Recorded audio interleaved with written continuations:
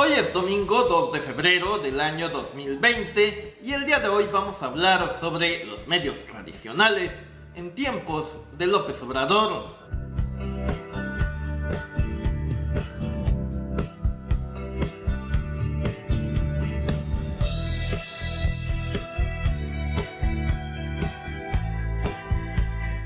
Como todos ustedes saben, los medios tradicionales están en crisis en todo el mundo. Las personas pasaron de leer los periódicos a checar Facebook, YouTube o Twitter. Este cambio ha traído consecuencias no esperadas en muchos sectores. En el caso de México, históricamente los medios tradicionales siempre fueron cercanos al gobierno en turno. No cualquiera podía tener el derecho de estar frente a un micrófono. Solo ciertas personas de ciertas familias, de cierto linaje, podían acceder a estar frente a una pantalla. Vamos, que llegar a la televisión era un privilegio dentro del mundo de los privilegiados. Además, que todo lo que se dijera en televisión tenía que estar sujeto a una línea editorial. La línea editorial se refiere a lo que sí se puede y lo que no se puede decir frente a una cámara. Antes de la masificación de las redes sociales, los periodistas en México tenían prohibido hablar mal del presidente, de la Iglesia Católica y de la propia empresa en que laboraban. Si usted aceptaba trabajar en un medio de comunicación, de facto usted se comprometía a respetar la línea editorial de dicho medio. Obvio, a cambio de esto, los periodistas recibían millones y millones de pesos por parte del Estado mexicano. Y a este dinero que recibían los periodistas por parte del Estado mexicano es lo que se conoce como chayote.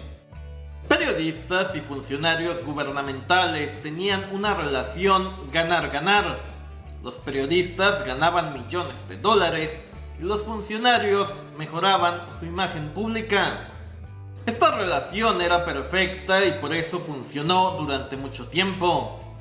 El único presidente mexicano que fue honesto y que no dio dinero a los periodistas fue Francisco I. Madero. Los medios, enojados por la falta de dinero, conspiraron tanto contra Madero, creando la atmósfera necesaria para que este último fuera asesinado en la decena trágica. ¿Pero qué pasó?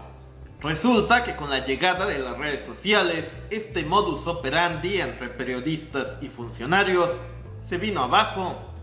En la última elección presidencial quedó demostrado el peso que tienen las redes sociales dentro de la opinión pública. Los medios tradicionales, por más que apoyaron a Enrique Peña Nieto, la popularidad de este se hundió a niveles nunca antes vistos. López Obrador, como candidato, tuvo la visión de tener una estrategia sólida en redes. Y con esa estrategia logró ganar cómodamente los comicios en 2018. Con la llegada al poder de la Cuarta Transformación, el gobierno mexicano se replanteó su estrategia en medios. Ahí se decidió reducir de forma drástica el dinero a los medios tradicionales y al mismo tiempo apostar por una estrategia en redes sociales.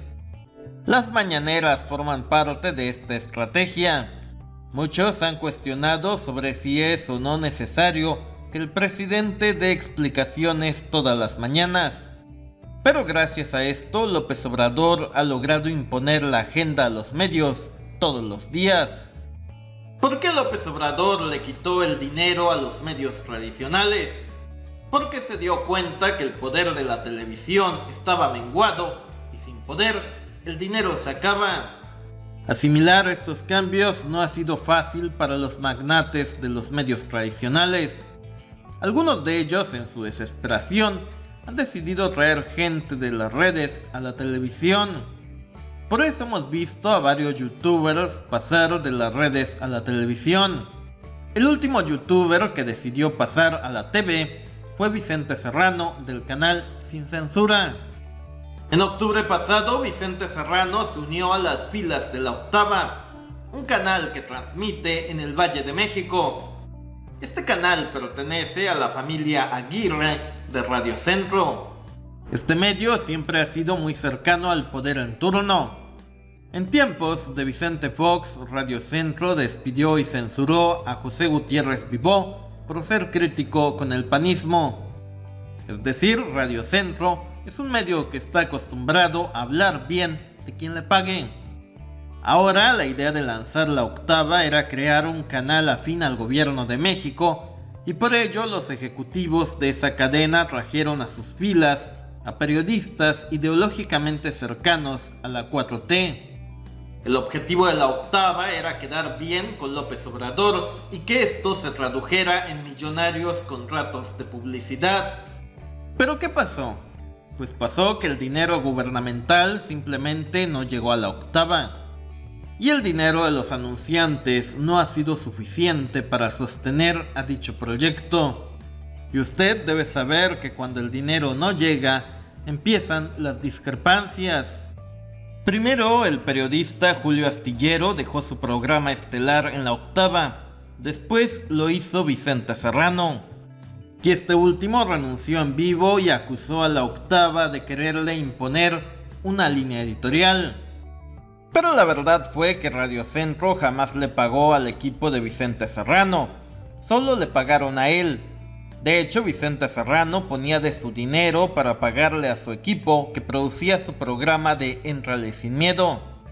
Esta situación de no pagos a su equipo se volvió insostenible con el tiempo. De hecho, antes de que Radio Centro lanzara La Octava, esta cadena había anunciado despidos porque no podía con la nómina. Incluso se ha especulado sobre una inminente quiebra de Radio Centro. La reducción en la publicidad gubernamental ha golpeado a este tipo de medios que estaban acostumbrados a vivir del erario público. Muchos de los trabajadores de Radio Centro se quedaron sorprendidos cuando los ejecutivos de esa cadena lanzaron La Octava, contratando a más personal cuando les costaba sostener la nómina anterior.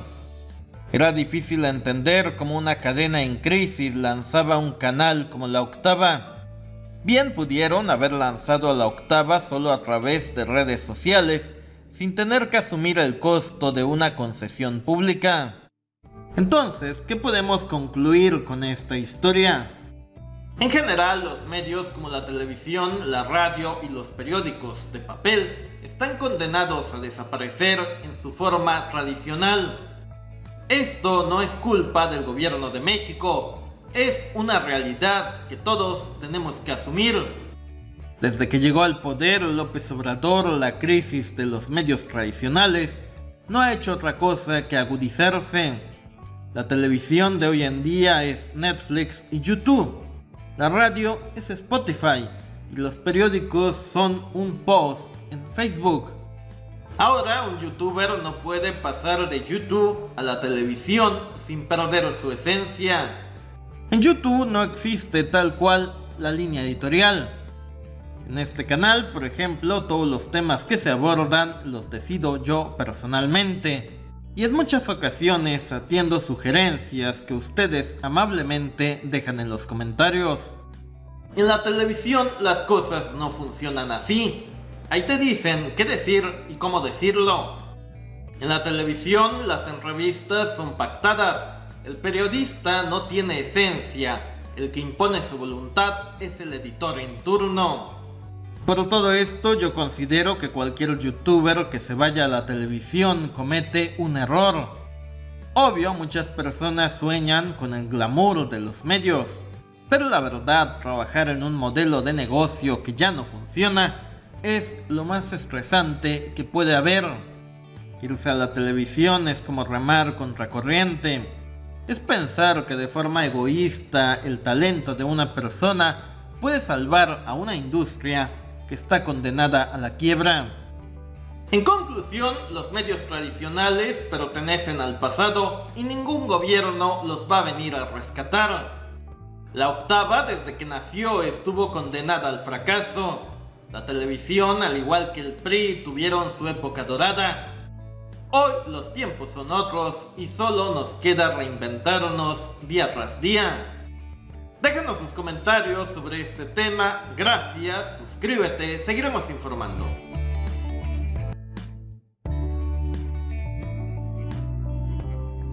Si deseas ver más contenido, da clic de este lado.